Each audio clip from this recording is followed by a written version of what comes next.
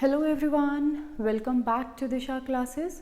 उम्मीद करती हूँ मेरी वीडियोस आपको पसंद आ रही होंगी और किसी न किसी एग्ज़ाम को प्रिपेयर करने में या आपके बिजनेस को ग्रो करने में ज़रूर हेल्पफुल होंगी। आज हम डिस्कस करेंगे फिलिप कोटलर की बुक का chapter number 18 part 25। Chapter number 18 हमारा है managing mass communication. Philip Kotler की बुक में जो हमारे कम्युनिकेशन के टूल्स हैं या आप कह सकते हैं मेथड्स हैं, वो टोटल 8 गिवन हैं।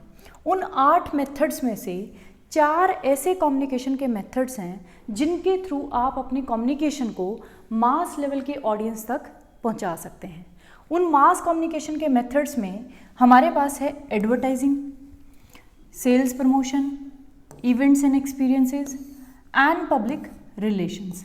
इन चारों को ही डिटेल में हम इस चैप्टर में डिस्कस कर रहे हैं। तो इस चैप्टर के जो 21 पार्ट्स हैं उसमें हमने डिटेल में डिस्कस किया है एडवर्टाइजिंग मेथड ऑफ कम्युनिकेशन को, कैसे इसका प्रोसेस है, किन स्टेप्स को आपको फॉलो करना है। 22nd पार्ट से हमने स्टार्ट कर रखा है सेल्स प्रमोशन को। सेल्स प्रमोशन क्या होता है, क्या इसके मेरिट्स हैं, क्या डीमेरिट्स हैं और क्या इसका प्रोसेस है, वो हमने स्टार्ट कर रखा है। तो स्टार्ट करते हैं। अगर हम सेल्स प्रमोशन की बात करें तो मेजर डिसीजंस या आप इसको बोल सकते हैं प्रोसेस कि किन किन स्टेप्स को आपको फॉलो करना है। टोटल इसमें हमारे पास कितने स्टेप्स हैं? 5। सबसे पहले क्या करना है, आपको अपने ऑब्जेक्टिव्स को सेलेक्ट करना है कि क्या ऑब्जेक्टिव आप सेल्स प्रमोशन के थ्रू अचीव करना चाहते हैं। फिर हमारे पास सेल्स प्रमोशन के लिए बहुत सारे टूल्स हैं। उन टूल्स में से आपको टूल्स को सेलेक्ट करना है कि किस सेल्स प्रमोशन के टूल का आप यूज़ करेंगे। फिर फाइनली 3rd स्टेप पे आपको अपने प्रोग्राम को डेवलप करना है कि आपके सेल्स प्रमोशन के ऑफ़र का क्या टाइमिंग होगी, क्या ड्यूरेशन होगी, कितना साइज़ होगा, किन किन कंज्यूमर्स को आप अवेलेबल करवाएंगे, क्या डेट होगी, क्या प्लेस होगी, वो सारी चीज़ें आप यहाँ डिसाइड करेंगे। 4th स्टेप पे हम अपने प्रोग्राम को इम्प्लीमेंट करेंगे और उसको कंट्रोल करेंगे। और फाइनली 5th पे हम अपने रिजल्ट्स को इवेल्युएट करेंगे कि क्या हमने अपने ऑब्जेक्टिव्स को अचीव कर लिया या नहीं। तो ये है हमारा सेल्स प्रमोशन के प्रोसेस के 5 स्टेप्स, या आप इसको बोल सकते हैं मेजर डिसीजंस, जो आपको लेने पड़ते हैं जब भी कोई कंपनी अपने प्रोडक्ट के लिए सेल्स प्रमोशन के ऑफर्स लाना चाहती है। तो इसमें से जो हमारा फर्स्ट स्टेप है ऑब्जेक्टिव्स, वो हम डिटेल में डिस्कस कर चुके हैं। हमने स्टार्ट कर रखा है 2nd step, select the tools. क्योंकि आपके पास सेल्स प्रमोशन करने के लिए बहुत सारे टूल्स अवेलेबल हैं, या आप कह सकते हैं बहुत सारे मेथड्स हैं। उन मेथड्स में से आपको सेलेक्ट करना है कि आप किन को यूज़ करेंगे।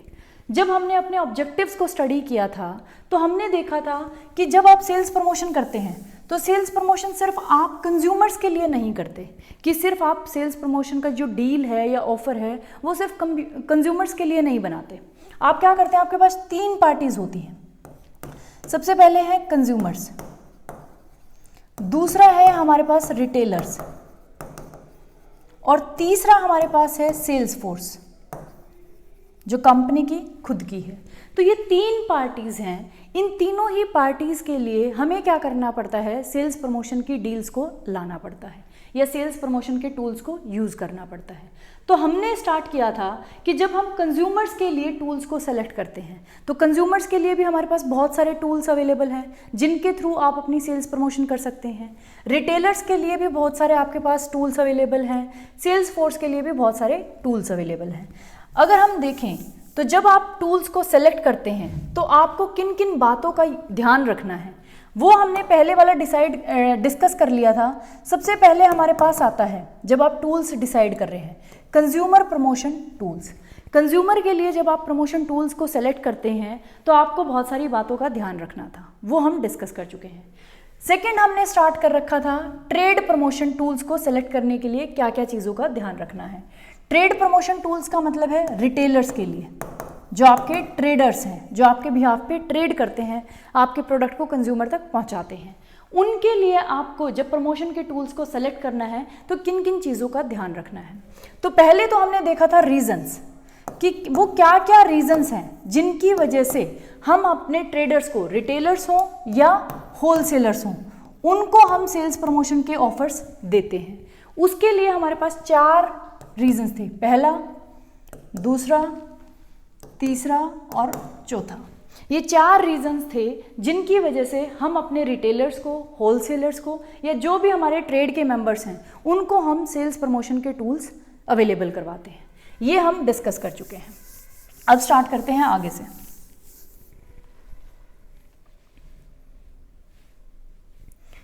The growing power of large retailers has increased their ability to demand trade promotions.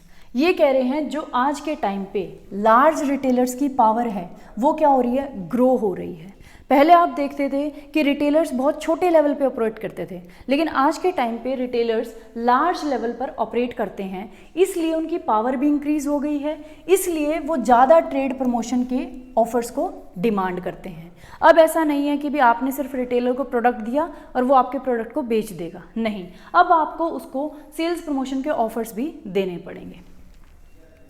The manufacturer's sales force and its brand managers are often at odd years.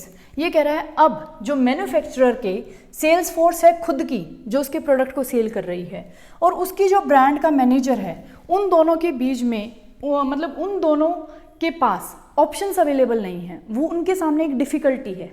अब देखते हैं क्या। The sales force says local retailers will not keep the companies product on the shelf unless they receive more trade promotion money. ये कह रहा है जो local आपके सेल्स फोर्स के पर्सन हैं, जब वो रिटेलर्स के पास जाते हैं तो रिटेलर्स की अब क्या है, जो डिमांड की पावर है वो ग्रो हो चुकी है, तो रिटेलर्स उनसे कहते हैं कि हम आपके प्रोडक्ट को अपने शेल्फ पे, अपने जो शेल्फ है या काउंटर है वहाँ जब डिस्प्ले करेंगे, जब आप हमें मनी अवॉर्ड करेंगे, और वो भी कैसी, ज़्यादा मनी देंगे, तभी हम आपके प्रोडक्ट को डिस्प्ले करेंगे या अपनी शेल्फ पे जगह देंगे। तो सेल्स फोर्स के आगे तो ये प्रॉब्लम है, ये डिफ़िकल्टी है। Whereas brand managers want to spend their limited fund on consumer promotion and advertising. और दूसरी ओर जो आपका ब्रांड मैनेजर है वो जो उसके पास लिमिटेड फंड्स हैं उसको यूज़ करना चाहता है कंज्यूमर के प्रमोशन टूल्स पे और एडवर्टाइजिंग पे। अब लेकिन हमें अगर अपने रिटेलर्स को चाहते हैं कि वो हमारे ब्रांड को कैरी करें या शेल्फ पे हमारे ब्रांड को जगह दे या हमारे स्टॉक जो हमारा प्रोडक्ट है उसके स्टॉक को ज़्यादा रखें, तो हमें उन्हें मनी देनी पड़ेगी। We have to award the money to the traders, जो भी हमारे रिटेलर्स हैं या होलसेलर्स हैं, इसलिए। लेकिन डिफ़िकल्टी क्या है कि भी जो सेल्स फोर्स है वो जब भी रिटेलर्स के पास जाती है, अब वो लार्ज लेवल के रिटेलर्स हो गए हैं, तो उनकी जो ग्रोइंग पावर है, मतलब वो बढ़ते जा रही हैं, तो वो डिमांड करते हैं कि भी उन्हें ज़्यादा से ज़्यादा मनी दी जाए as a trade promotion tool. और दूसरी तरफ जो हमारा ब्रांड मैनेजर है वो चाहता है कि जो जितने भी उसके पास लिमिटेड फंड्स हैं वो उसको किस पे यूज़ करे, कंज्यूमर प्रमोशन के लिए या फिर एडवर्टाइजिंग के लिए। तो यहाँ हमारे आगे एक डिफ़िकल्टी आती है दोनों के ही लिए, ब्रांड मैनेजर के लिए भी और सेल्स फोर्स के लिए भी। क्लियर। नेक्स्ट है मैन्युफैक्चरर्स। अब मैन्युफैक्चरर्स को भी कुछ डिफ़िकल्टी आती है। Manufacturers often find it difficult to police retailers to make sure they are doing what they agreed to do and increasingly insist on proof of performance before paying any allowances. अब बात आती है कि हम retailers को जो वो पैसे मांग रहे हैं हमसे या जो भी ऑफ़र वो हमसे चाहते हैं वो हम दे तो रहे हैं, लेकिन मैन्युफैक्चर के आगे सबसे बड़ी डिफ़िकल्टी है उनको पुलिस की तरह देखना। पुलिस का काम क्या होता है, देखना कि भी सारी चीज़ें हमारे एरिया में अच्छे से हो रही हैं, कोई गलत एक्टिविटी तो नहीं हो रही। तो ऐसे ही मैन्युफैक्चर के आगे भी डिफ़िकल्टी आती है कि क्या रिटेलर्स जो उनको बोला गया है या जो उन्होंने एग्री किया है कि वो हमारे लिए करेंगे, क्या वो अच्छे से कर रहे हैं, to make sure they are doing what they agreed to do. जो उन्होंने एग्री किया है क्या वो एक्चुअल में उसे कर रहे हैं। And increasingly insist on proof. और इसीलिए मैन्युफैक्चरर जो भी हमारे रिटेलर्स हैं या होलसेलर्स हैं उनसे क्या मांगता है, प्रूफ मांगता है परफॉर्मेंस की, कि मैं आपको अलाउंस तभी दूंगा, मनी आपको तभी अवॉर्ड करूंगा जब आप मुझे परफॉर्मेंस का प्रूफ अवेलेबल करवाएंगे। Manufacturers face several challenges and managing the trade promotion. इसके अलावा क्या क्या उन्हें डिफ़िकल्टी या चैलेंजेस फेस करने पड़ते हैं, ये हम बात कर रहे हैं मैन्युफैक्चरर की। तो हमने देखा कि भी ट्रेड प्रमोशन जो टूल्स हैं या जो भी हम अलाउंसेस देते हैं अपने रिटेलर्स को, होलसेलर्स को, तो उसको यूज़ करने के लिए रीजंस क्या क्या हैं, क्यों हमें उन्हें यूज़ करना पड़ता है। फिर हमने देखा कि अब जो रिटेलर्स हैं वो लार्ज रिटेलर्स हो गए हैं, छोटे लेवल पे ऑपरेट नहीं करते, इसलिए जो उनकी एबिलिटी है ट्रेड प्रमोशंस को डिमांड करने की वो भी बढ़ गई है। उसकी वजह से किस किस को प्रॉब्लम्स आ रही है? सेल्स फोर्स को भी प्रॉब्लम आ रही है, ब्रांड मैनेजर्स को भी आ रही है। फिर हमने देखा कि भी इन दोनों के अलावा जो हमारा मैन्युफैक्चरर है उसको भी डिफ़िकल्टी फेस करनी पड़ रही है, उसके सामने भी कुछ चैलेंजेस हैं। उन चैलेंजेस को हम देखते हैं। पहला चैलेंजेस हमारे सामने क्या है? Some retailers are doing forward buying. कुछ रिटेलर्स तो क्या करते हैं? फॉरवर्ड बाइंग करते हैं। That is buying a great quantity during the deal period, then they can immediately sell. वो क्या करते हैं जब आपका डील पीरियड चल रहा होता है, क्योंकि अभी हमने डिसाइड किया था, ये तो नहीं है ना कि आप अपने प्रोडक्ट का जो सेल्स प्रमोशन कर रहे हैं वो पूरे साल करेंगे, कि पूरे साल 10% आप अपनी ब्रांड पे ऑफ दे रहे हैं। ऐसा तो कभी नहीं होता। जो सेल्स प्रमोशन के ऑफर्स आते हैं वो किसी किसी ओकेजन्स पे आते हैं।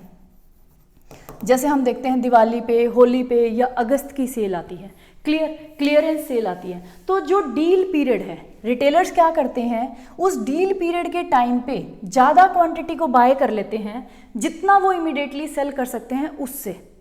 अगर आप 100 यूनिट सेल कर सकते हैं लेकिन रिटेलर को लग रहा है कि डील पीरियड चल रहा है, अब मुझे ऑफ में मिल रहा है, तो वो क्या करेगा? 100 यूनिट्स ही वो बेच सकता है, लेकिन वो कितनी डिमांड कर लेगा, कितनी बाय कर लेगा? 200 यूनिट्स। 100 यूनिट्स एक्स्ट्रा अभी बाय करके रख लेगा। The manufacturer must then schedule more production than planned and bear the cost of extra work, shifts and overtime. इसलिए अब एक ही दम जब हमारा डील पीरियड चल रहा है तो मैन्युफैक्चरर के पास डिमांड क्या आएगी? ज़्यादा, क्योंकि सारे रिटेलर क्या कर रहे हैं, जितना वो सेल कर सकते हैं उससे ज़्यादा क्वांटिटी में बाय कर रहे हैं। तो एक ही दम हमारे मैन्युफैक्चरर के ऊपर क्या आ जाता है? प्रेशर। उस प्रेशर की वजह से उसे मोर प्रोडक्शन करनी पड़ती है जितनी वो प्लान करके चलता है। प्लान उसने करा था 1000 यूनिट्स का, लेकिन उसे अब ज़्यादा प्रोडक्शन करनी पड़ेगी, और ज़्यादा प्रोडक्शन करने की वजह से उसे एक्स्ट्रा जो वर्क शिफ्ट्स लगेंगी या वर्कर्स का ओवर टाइम होगा उसके लिए एक्स्ट्रा कॉस्ट क्या करनी पड़ेगी? बियर करनी पड़ती है। तो एक पहला चैलेंज तो क्या है मैन्युफैक्चरर के सामने? ये वाला, जिसे हम बोलते हैं फॉरवर्ड बाइंग। फॉरवर्ड बाइंग का मतलब है कि जब सेल्स प्रमोशन का डील पीरियड चल रहा है उस टाइम आप इतनी क्वांटिटी परचेज कर लेते हैं जितनी आपसे सेल नहीं होती, उससे ज़्यादा।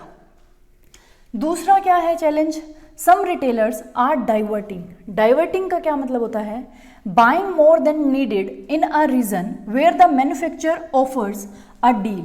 जिस एरिया में, जिस जगह पे, जिस रीजन में मैन्युफैक्चरर ने आपको ऑफर दिया है उस एरिया में जो हमारे रिटेलर्स हैं वो ज़्यादा बाय कर लेते हैं quantity, and shipping the surplus to their stores in non deal regions. और कुछ एरियाज ऐसे होंगे जहां डील नहीं चल रही मैन्युफैक्चर की, क्योंकि वहां मैन्युफैक्चर को लगता है कि सही डिमांड चल रही है, मुझे कोई भी सेल्स प्रमोशन करने की ज़रूरत नहीं है, तो वो कुछ एरिया में सेल्स प्रमोशन का ऑफर देता है, डील देता है, और कुछ एरिया में वो सेल्स प्रमोशन की डील नहीं देता। तो रिटेलर्स क्या करते हैं, उस एरिया में जहां मैन्युफैक्चरर ने ऑफर दे रखा है, डील दे रखी है, वहाँ ज़्यादा बाय कर लेते हैं, और फिर जो ज़्यादा स्टॉक उन्होंने बाय करा है उसको कहाँ शिपिंग कर देते हैं? उसकी नॉन डील रीजन में। जिस एरिया में मैन्युफैक्चरर ने अपनी डील नहीं दी, ऑफर नहीं दिया, उस एरिया में उस सरप्लस को वो शिफ्ट कर देते हैं। तो इसे बोलते हैं हम डाइवर्टिंग। तो यहाँ से भी आप देखो किसको लॉस हो रहा है? मैन्युफैक्चरर को। क्यों? क्योंकि उसने मान लो 10% ऑफ दिया दिल्ली में, लेकिन कोई रिटेलर है उसकी दिल्ली में भी शॉप है, हरियाणा में भी शॉप है, तो वो क्या करेगा?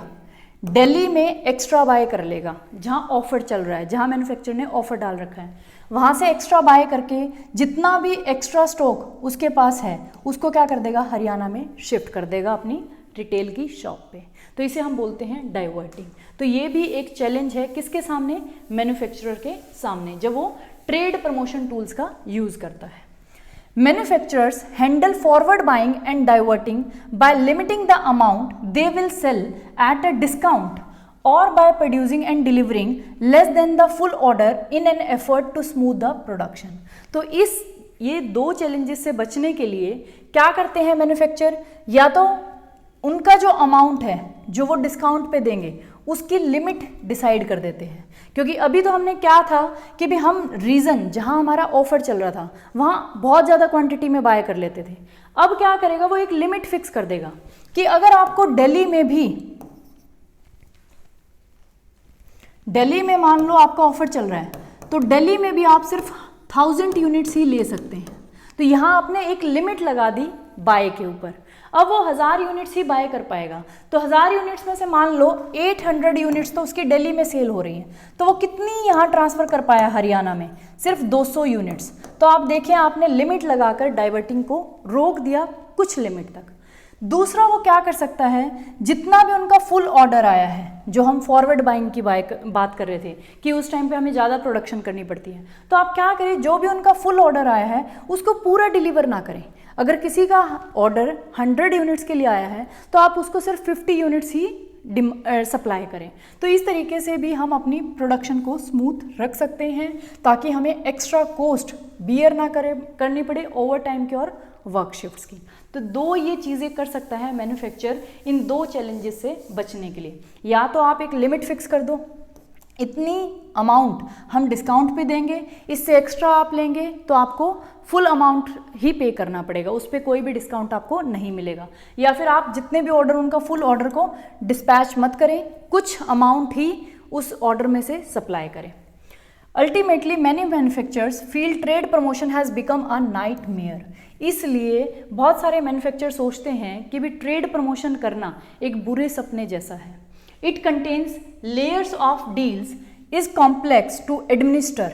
इसलिए क्योंकि एक तो इसमें बहुत सारी डील्स की लेयर्स बन जाती हैं, किस डीलर को या किस रिटेलर को क्या ऑफ़र देना है, किस एरिया में क्या देना है, किस टाइम पे देना है, कितना अमाउंट में देना है। कॉम्प्लेक्स टू एडमिनिस्टर, उसको देखना, उसको संभालना, जैसे अभी हमने बात करा था कि पुलिस की तरह उसकी निगरानी करना, वो भी बहुत कॉम्प्लेक्स है। And often leads to lost revenues, और हमारे जो रिवेन्यूज़ हैं वो भी इसमें बहुत लॉस्ट होते हैं, क्योंकि बहुत लॉस मैन्युफैक्चर को बियर करना पड़ता है ऐसी रिटेलर्स की एक्टिविटीज़ की वजह से। तो ये था कि जब आप ट्रेड प्रमोशन टूल्स को सेलेक्ट कर रहे हैं तो आपको किन किन बातों का ध्यान रखना है। तो इसमें हमने क्या देखा है, इसमें हमने देखा है कि वो क्या रीजंस हैं जिनकी वजह से हमें ट्रेड मेंबर्स को प्रमोशन के टूल्स या ऑफर्स देने पड़ते हैं। फिर हमने देखा क्या क्या हमारे पास उसकी डिफ़िकल्टीज़ हैं या आप कह सकते हैं चैलेंजेस हैं। तो ब्रांड मैनेजर के सामने भी चैलेंज है, सेल्स फोर्स के सामने भी चैलेंज है, मैन्युफैक्चरर्स के सामने भी बहुत सारे चैलेंजेस हैं। फिर मैन्युफैक्चरर कैसे उनको डील कर सकता है वो भी हमने देखा कि कैसे आपको फॉरवर्ड बाइंग को और डाइवर्टिंग को डील करना है। ये दो टर्म्स फॉरवर्ड बाइंग और डाइवर्टिंग हमारे सामने नई निकल के आई है। नेक्स्ट वीडियो में हम देखेंगे selecting business and sales force promotion tools. जब आप जो आपके बिजनेस पर्सन्स हैं, जो आपके प्रोडक्ट को कंज्यूमर तक पहुंचाते हैं, या आपकी जो खुद की कंपनी की सेल्स फोर्स है, उनके लिए जब आप प्रमोशन टूल्स को यूज़ करते हैं तो किन किन बातों का आपको ध्यान रखना है और कैसे कैसे उनको यूज़ करना है। ये था हमारा आज का टॉपिक। अगर आपको कोई भी डाउट होता है तो आप मुझे कमेंट बॉक्स में कमेंट कर सकते हैं। Thank you for watching Disha classes. आप सभी से बस एक ही रिक्वेस्ट है, प्लीज़ वीडियोस को ज़्यादा से ज़्यादा शेयर करें, लाइक करें, अपने जो भी आपके स्टडी ग्रुप्स हैं उनमें वीडियोस को शेयर करें, चैनल को शेयर करें। और बहुत सारे स्टूडेंट्स ऐसे हैं जिन्होंने अभी तक चैनल को सब्सक्राइब नहीं करा, तो प्लीज़ चैनल को सब्सक्राइब कर लें। Thank you for watching Disha classes.